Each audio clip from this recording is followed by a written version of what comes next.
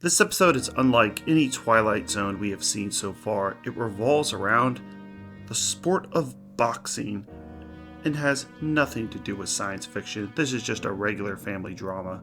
Season 1, Episode 27, The Big Tall Wish. Released in April 8th of 1960, Rod Serling sets the narration, telling us the main character is a prize fighter named Bully Jackson, and he's an hour and a half away from a comeback at St. Nick's Arena. He's an older boxer on his last leg, and he believes he's broken his right hand. Not good if you're boxing. So it's a boxing comeback story, and we'll get the elephant out of the room. This episode was released in 1960, and up until this episode, we've had nothing but a completely white cast. That's just the way they did it back then. Asians, Hispanics, they basically don't exist in this world. This is actually an all-black cast. Rod Serling was quoted in the Twilight Zone Companion saying, "Television, like its big sister, the motion picture, has been guilty of the sin of omission." Well, yes, 1960s, segregation's still around. Hungry for talent, desperate for the so-called new face, constantly searching for a transfusion of new blood. Man, this guy really knew how to talk. It is overlooked a source of wondrous talent that resides under its nose. This is the, it was 1960, I mentioned that. Black? Should we put black? Yes. African American. I feel like that word kind of fell out of fashion. It's like in the 90s it was African American, now people are like, let's just use black. But yeah, back in the 60s they said Negro, or something worse. This is a black cast, and the main actor is played by Ivan Dixon, who is not actually a boxer. I thought they might cast a boxer in this role, but they didn't.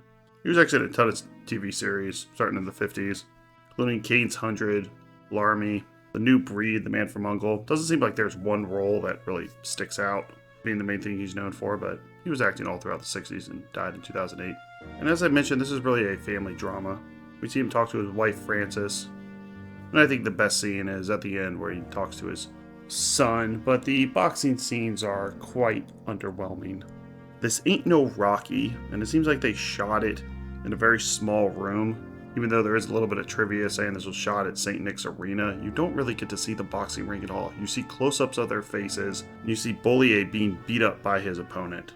I was hoping for a good boxing scene where they zoom out the camera, we could see the rank, we could see some of the crowd.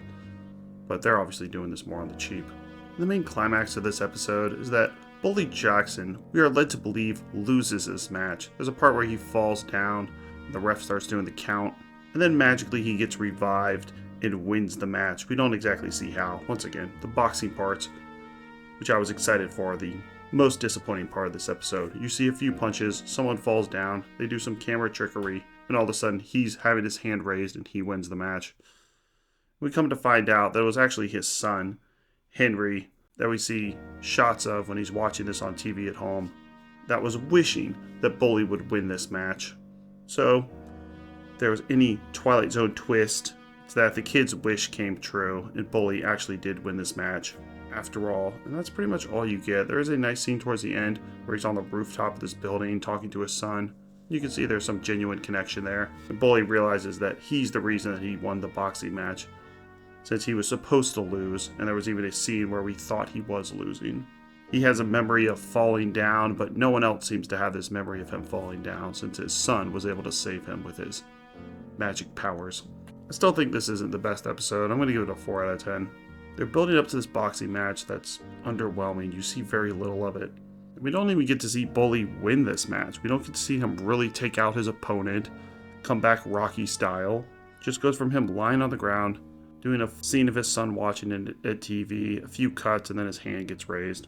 It's just not that engaging a story.